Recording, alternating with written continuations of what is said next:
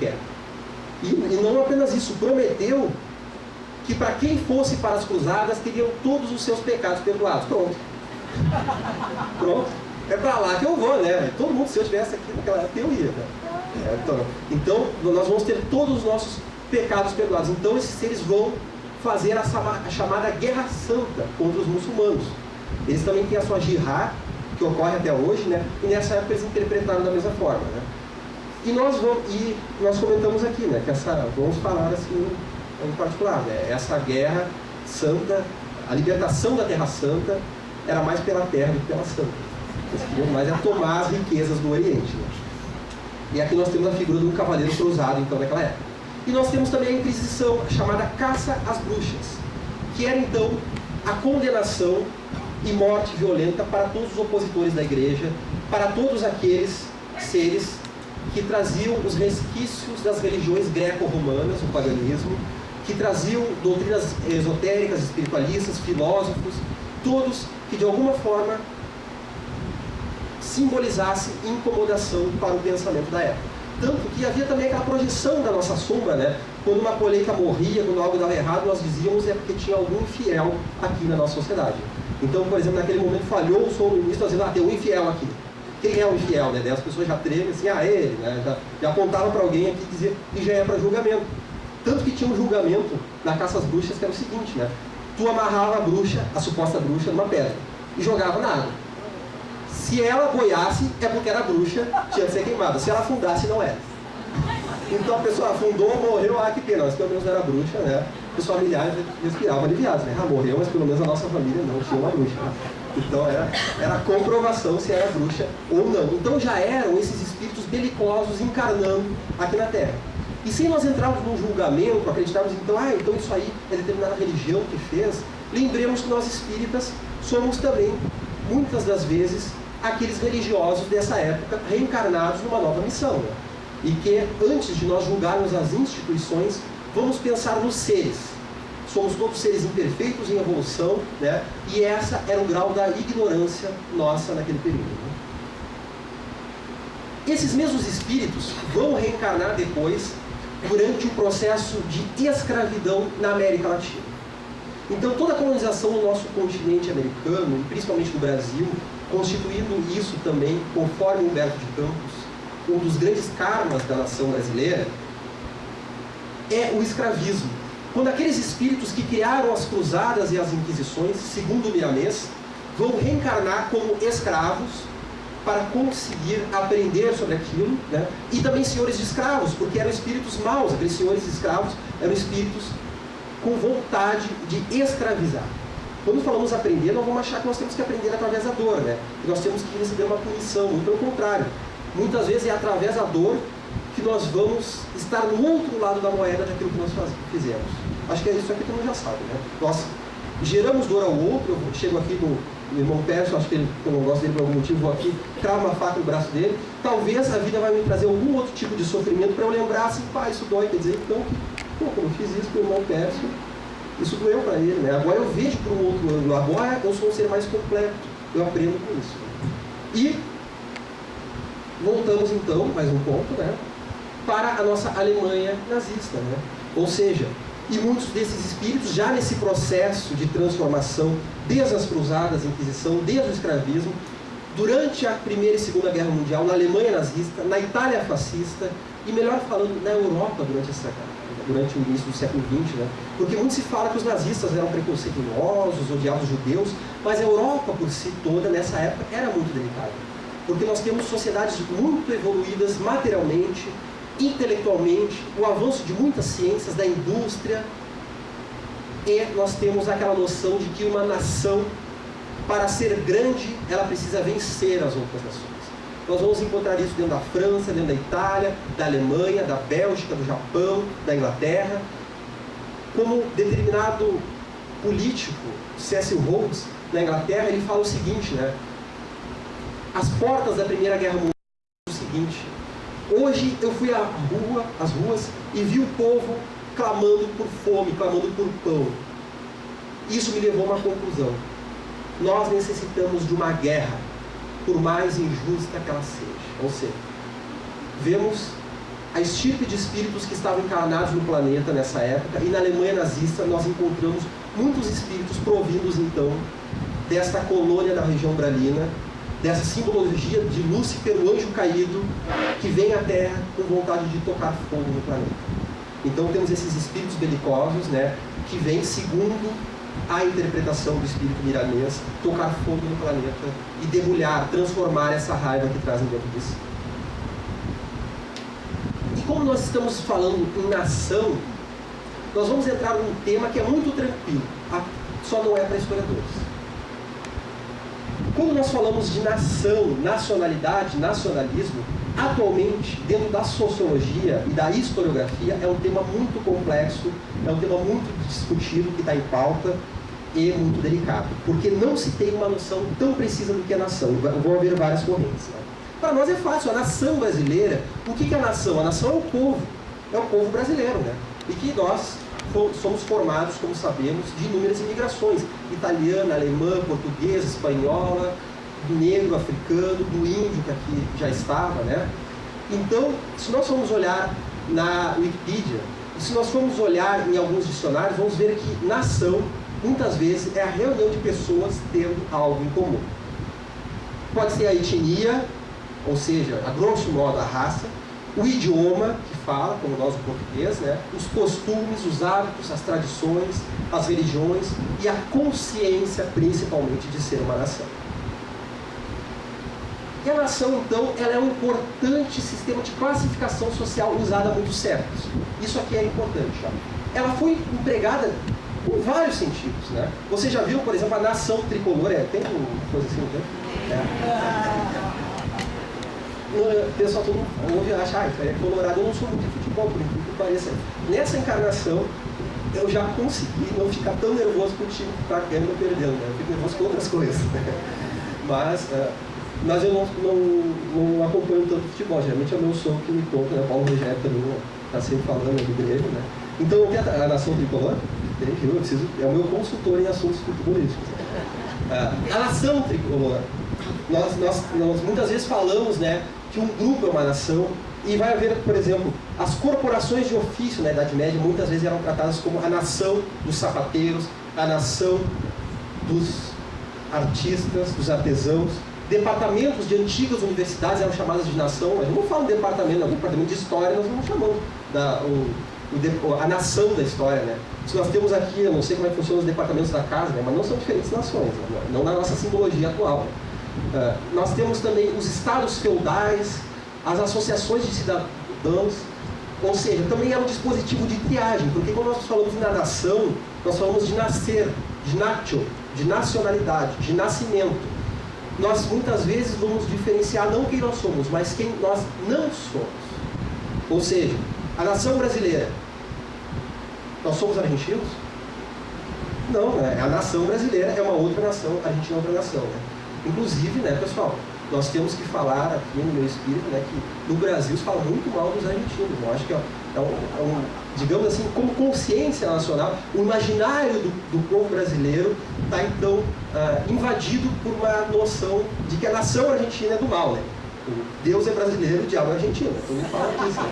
E que eu acho até...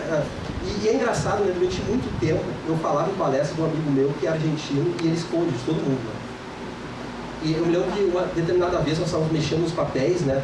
E eu olhei assim na carteira dele, assim, deu... Pai, Ivan, tu é argentino? Dele, não fala pra ninguém. Daí eu, por que não fala pra ninguém, genial de pronto? Eu falei, Ivan é argentino, pronto. Daí ele virou argentino, mas brincadeira, né, pessoal? Mas a gente brincava com ele porque ele ficava nervoso com isso. O que para nós espíritas, agora falando um pouco mais sério, o que para nós espíritas, que pode ser uma brincadeira do futebol, que pode ser às vezes um xingamento de quem está na praia, esses argentinos estão sempre aqui, nós devemos lembrar que nós somos espíritos imortais. E esse pequeno rancor, que é mais em termos de brincadeira no Brasil, não é um rancor sério, na Europa já foi muito sério. Nesses rancores que levaram à Segunda Guerra Mundial, nesses determinados tipos de preconceito. E muitas vezes, através da brincadeira, os preconceitos estão também escondidos. Então, é um critério variável e que vai, em determinados momentos históricos, constituir a nação em significado diferente. Dentro da história, nós podemos falar de pelo menos duas correntes principais que falam da nação, que são os primordialistas, é aqueles que encontram a nação, e isso aqui é muito importante para o nosso tema que nós estamos falando hoje, né?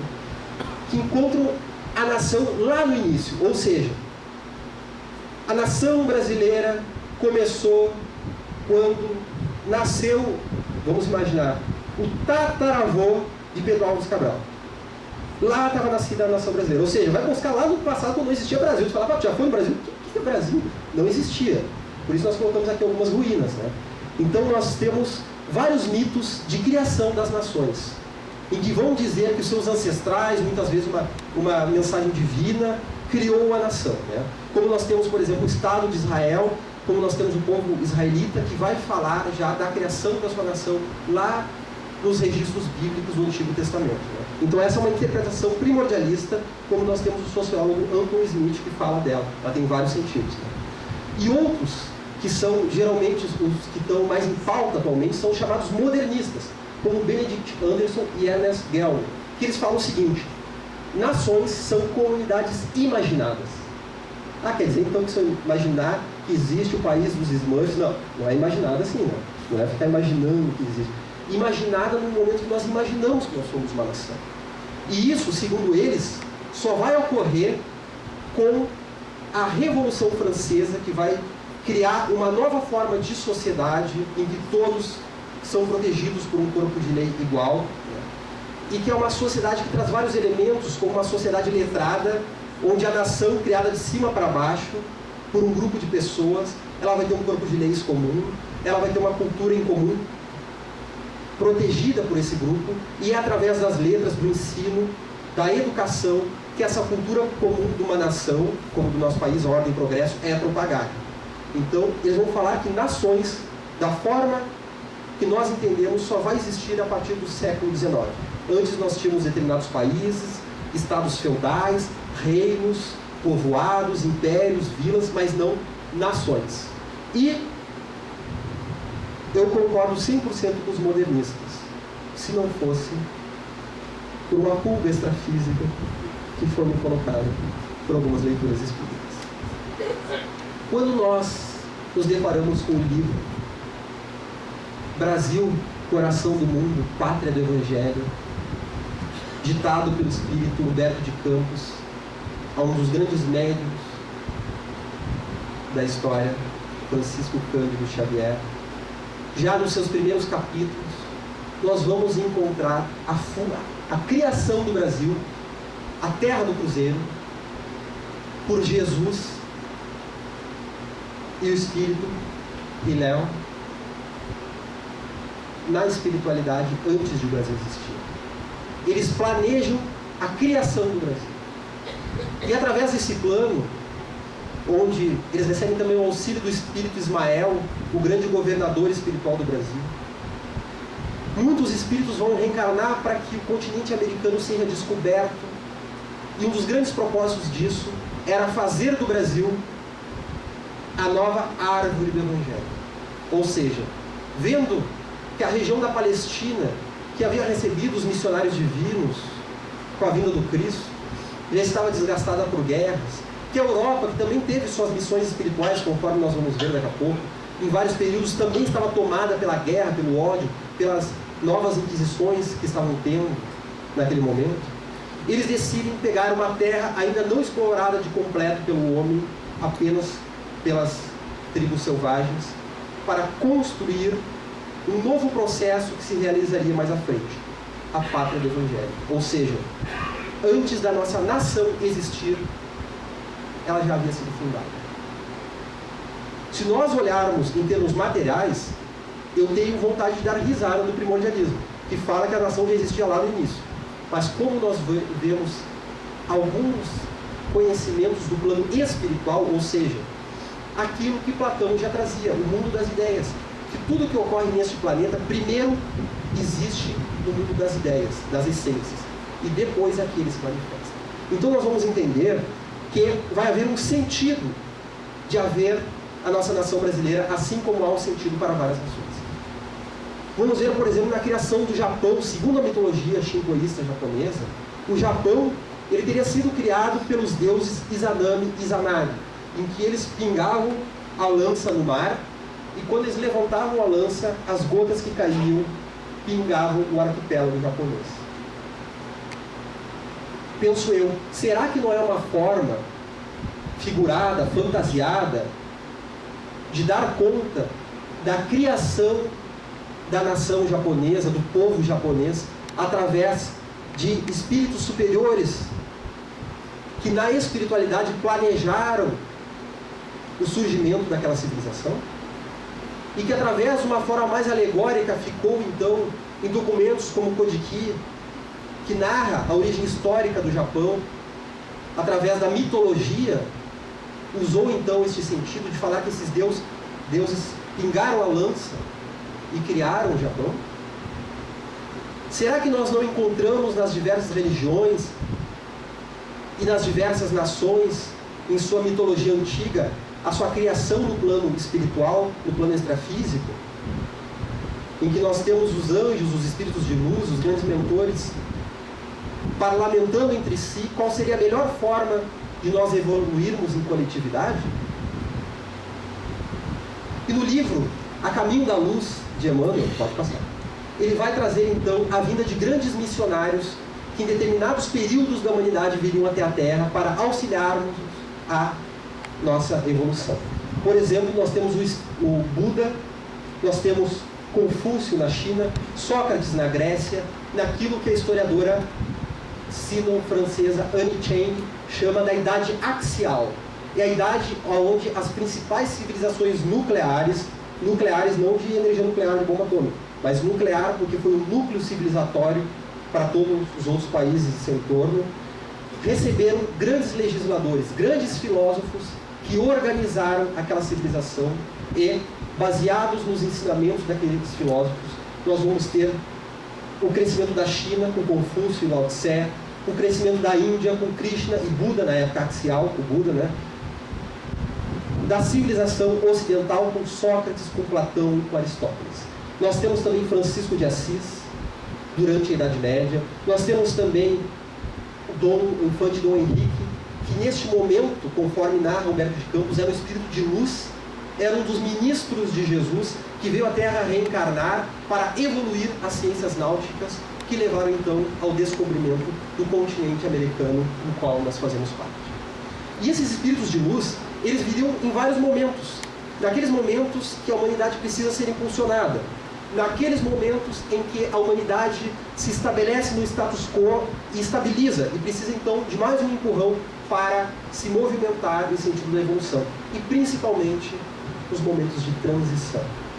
Nós vamos então nos deparar com a missão histórica, a missão espiritual dos povos na Terra.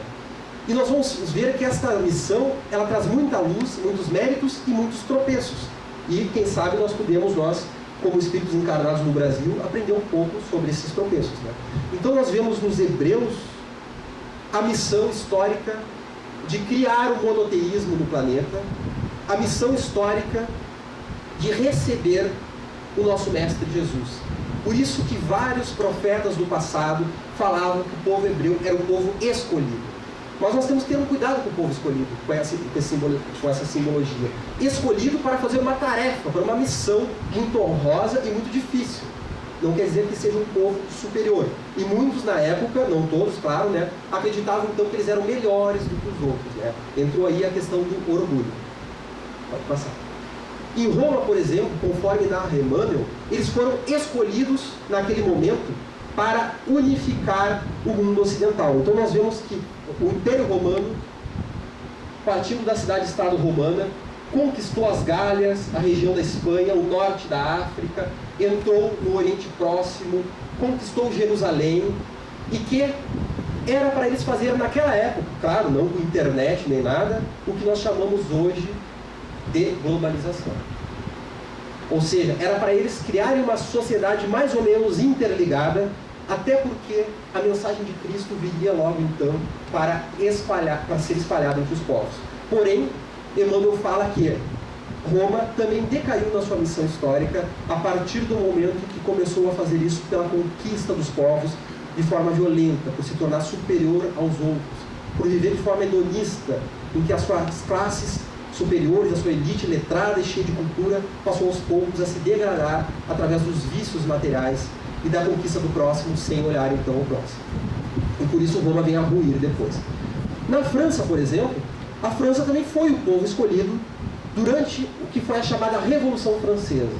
Ou seja, em termos históricos, a Revolução Francesa foi um passo enorme na história da humanidade, porque desencadeou um processo em que várias nações sucessivamente vão derrubar aquela sociedade que era voltada para a manutenção da monarquia, enquanto o povo passava fome, para criar uma sociedade mais ou menos, pelo menos conforme a lei de igualdade, iniciando então os chamados direitos humanos, onde tanto o mais alto dos nobres até o mais pobre dos mendigos teriam direitos iguais. Se esses direitos são respeitados ou não nos dias de hoje, aí já é outra história, mas pelo nosso corpo de leis, no Ocidente, na maioria dos países do mundo, depois da Revolução Francesa, todos temos os direitos iguais. E nessa missão histórica, eles também vieram a pecar pelo excesso. Ou seja, teve um determinado momento da Revolução Francesa que eles começaram a guilhotinar todo mundo. Todos que eram contra a Revolução eram guilhotinados. Os reis, os nobres foram guilhotinados, né? Se contava que tamanho foi a loucura que, até acho que eu já comentei isso em outra palestra, né? Que o povo ficava fazendo festa quando as pessoas eram guilhotinadas. Tinha uma velhinha que ela ficava fazendo tricô na praça, né? E todo dia vendo as pessoas perderem a cabeça. Né? E vai haver uma gráfica, né? Que eles não aguentavam mais o miado do gato. Você já viu o gato quando está procriando, né? Fica... aquele barulho assim, ele é quase ensurdecedor. Né? E eles não conseguiam dormir na hora do intervalo por causa dos gatos. Então eles criaram um julgamento que eles julgavam o gato e guilhotinavam o gato ou enforcavam. E mataram toda a gataiada na região. Ou seja, vocês veem como eles estavam inundados por essa sede de sangue. E nesse momento, eles, como nós já comentamos outras vezes, né, cometeram alguns erros maiores. E não é à toa que o espírito, por exemplo, de Alexandre o Grande, que já havia reencarnado como César, o imperador romano, reencarna como Napoleão, a fim de mais uma vez, através da guerra, unificar aqueles povos, mas que mais uma vez falhou na sua missão moral e pessoal através do excesso e do orgulho. E eu pergunto a todos, e os outros países? Com certeza nós temos grandes missões em outros países. E vamos ver a Alemanha no início do século XX, em que vai ser uma nação rica, desenvolvida, vai ser uma nação com grandes cientistas. Nós vemos que a maioria dos físicos que criaram os paradigmas atuais da física quântica surgiram então na Alemanha. Grandes filósofos que hoje nos enriquecem com a sua filosofia eram filósofos então da Alemanha. E esse orgulho nacional acabou levando eles a muitos erros. Já vimos que com certeza haviam muitos espíritos espartanos e belicosos ali encarnados. Mas será que eles também não tinham uma missão de utilizar para o bem aqueles recursos, podendo ou não vir a falhar e acabaram falhando? Apenas uma interrogação, uma especulação. E aí nós nos deparamos com a nossa missão, da pátria do Evangelho. Quando Jesus, já no século XIV, no século XV, funda a nação brasileira, para que no momento de transição planetária viesse a espalhar a mensagem do Consolador prometido, ou seja, a mensagem espírita entre os povos, para que nós venhamos a conhecer melhor o mundo extrafísico, a realidade maior da espiritualidade, nos modificando como seres humanos na nossa visão de universo e na nossa visão moral de nós mesmos e do próximo. Diante dessa transição, já se falava que no futuro o Brasil seria o grande país articulador dessa transição, num período de crises. E muita gente deu risada, teve muita gente que não acreditou nisso. Né? O próprio Nestor Massotti, numa reunião aqui dentro da Férias, ele comentou o seguinte: que a primeira vez que ele leu aquilo, ele ficou um pouco desconfiado, mas que devido a algumas ocorrências históricas atuais, ele começou a pensar que o espírito Humberto de Campos não estaria exagerando. O próprio Chico achou que o Humberto de Campos estaria falando de forma exagerada. Imagina o Brasil como um interlocutor da paz no planeta.